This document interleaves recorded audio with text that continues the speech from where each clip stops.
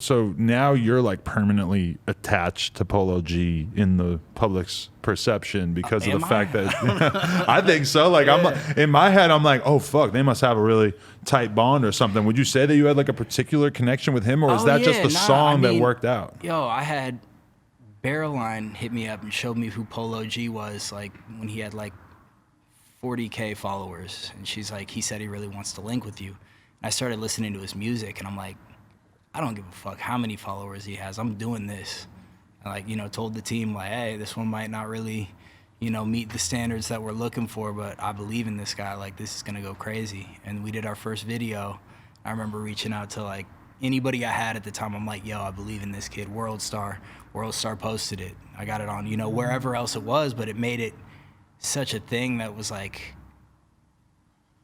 they weren't really posting artists who weren't known at the time. Like, everyone waits, you know, till it's an artist who's extremely popular to really show that love to. And I hadn't really had anyone who was on the come up posted everywhere, but Polo was one of the first videos that like ended up getting posted by a bunch of people, and everyone's like, yo, you gotta link with him again. You gotta link with him again. It was like, it just clicked, it made sense. And we'd been doing videos for so long. It's like, every time something's rolling out, you know, we got like 15, 20 videos in the cut, whether we posted them or not, but we've, you know, been doing this for so long. So for the fact that that's the, you know, record that ended up going #1, that was something that I started with believing in it before it was cool to believe in, before it was, you know, he was somebody. And, you know, I look at his situation, like, I view him as the same person I met him as. I'm not like, yo, he's this huge, like, superstar. I'm just like, you know, this is the same person. I remember looking the other day, I'm like, he's at 8 million followers. Like, it's really? mind-blowing. Yeah, oh my God, like, that's insane. Crazy. Well, it's like some of the people that you come up with, you don't even register what their growth is and what their, you know, value is to everyone. And like, just thinking about it, thinking about how many artists that we know who haven't had a #1 hit, and it ends up being his #1 hit before, you know, so many other artists is crazy to me. Definitely. So can you explain how this happened to me? That the song was originally on what, a Murda Beatz beat, and then you put strings over it, or how did this actually play? So I don't really know the details on that. We did our video, and we had done, it was like right when Polo was rolling out the GOAT, we had done a bunch of content for the GOAT. And at the end of the day, it was like winding down. He had just done like GQ, a bunch of other shit at the house. It was like on some quarantine shit.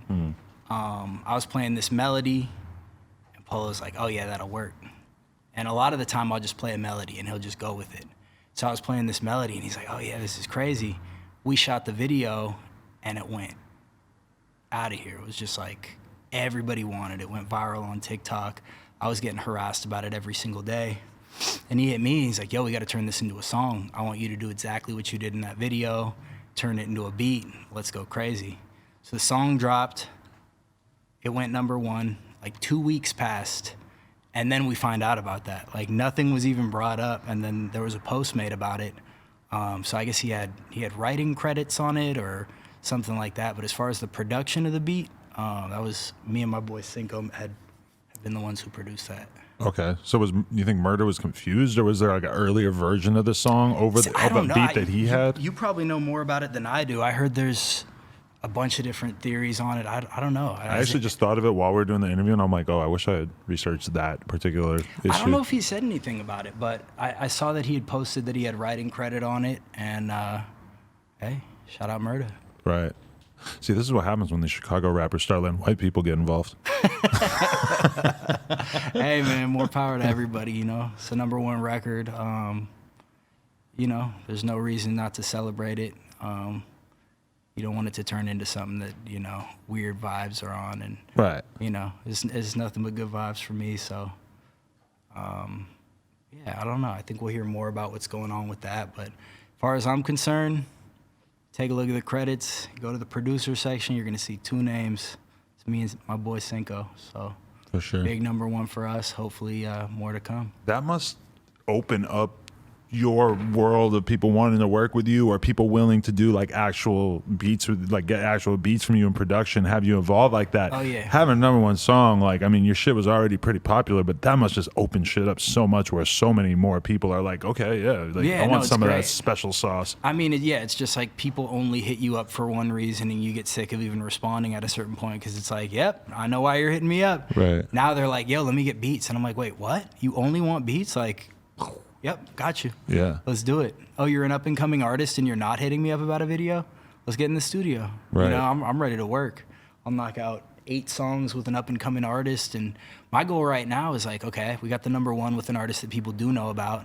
Let's get an artist people don't know about launched this year. You know, a lot of the greats to do this have built up with an artist and really launched their first hit. So my focus is just to help craft different artist sounds right now. You know, get some of these artists' first hits and really, you know, have them make their mark, and then, you know, tie in the videos however it makes sense, but just move more methodically with it. Not just do videos for the sake of doing videos. Oh, he's hot, let's do a video. You know, that was kind of the flow with it before, but now it's like, okay, if there's something more going on, if we have, you know, 4 or 5 songs together, okay, yeah, we can do a video. But you know, I don't want people to think like, oh, if we just do songs, he's gonna do a video for it. I don't want there to be this like, all I have to do is a song with him and I got a video kind of mindset. Like, I want to work with the people who are actually trying to work and get a song out, and if the video happens to come up, you know, we'll figure it out. But yeah, no, the opportunity's insane, and I'm just super humbled by it. So many people reaching out, and so many people who I've been wanting to work with, just ready to work. So I look at it like I ended up getting my first platinum plaque, and I kind of just kicked back. I was like, okay, we did it. And I realized what I needed to do was get back in there, just grind 10 times harder, because now I have the opportunity. This time, we're not kicking back, working.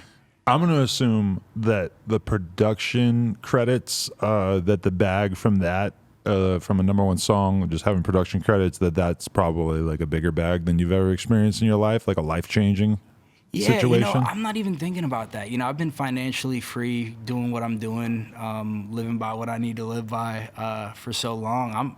I'm more just looking at, you know, that'll come, and it comes down the road. The pub money, you know, rotates in, but I'm just looking at, you know, getting the next points on the board and having the next songs drop, and, you know, being part of having something drop every Friday, rather than like, I can't wait for this one song to drop. I feel like a lot of people will have this one song that they think is going to come out. I remember my first experience with that. I had Nipsey call me into the studio. Whoa, and I he didn't was realize like, that. yo, I love what you're doing. Let's do an actual song. And I was like, no way. He wants to do a song and not a video? That's crazy.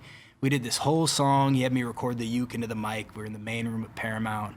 And I'm freaking out. I'm like, holy shit. Like, how did this even happen? He found a video online and then found my number, called me, told me to come to the studio. He turned around and he's got the track list for Marathon. Right. And I remember he erases number 6 and he writes that song. Wow, really? I was like, yo, I'm on Nipsey shit. You took a song off the album? That's crazy. I went and told everybody. I'm like, yo, fuck what y'all are talking about. I got a song on Nipsey shit. Da da da. I was going off about it. Lo and behold, the track list drops. Your boy was not on it. And I'm sitting there like, my homies are like, yo, which one did you do? I'm like, yeah, I'm not talking about shit anymore. Yeah, in the music game, for sure, that's a lesson that you learn. Because you'll be like, I got a feature. Well, how many rappers have we seen say they got a feature with Drake? And we never heard the feature with Drake. Yeah, it's crazy. You know, I got 150 songs that'll never drop. It's just, you know, a lot of this is just doing as many as you can and seeing what sticks, and, you know, not being stuck in any individual thing, but just focusing on the process, not worrying about, oh, if this one drops, things are going to change. Like, okay, if this one drops, things are going to change, but I have this and this and this to do every day to make sure that I have one dropping over here, one dropping over here, one dropping over here, keep the ball rolling. Is your ideal situation just being locked in the studio every night? Is that kind of how you've structured most of your nights now? Yeah, I mean, you know, I got the studio at the crib, so I don't have to do the whole, you know, shuffle where I pull up at the session and they're like, hey, where's the? I'm like, I see what you wanted me to get here for. So right, having your own environment, you can kind of invite people in. Yeah. You know, I've been flying out different producers that I'm working with. Got my boy Chef over here. Okay. I told him he gets his return flight once we go platinum. So having him locked down, we just been buckling down, knocking shit out. And yeah, like really just building the team up and buckling down, you know, focusing on what's important, focusing on what's right here in front of us, not worrying about too much of the extra shit going on, because it's real easy to get caught up in the bullshit of this.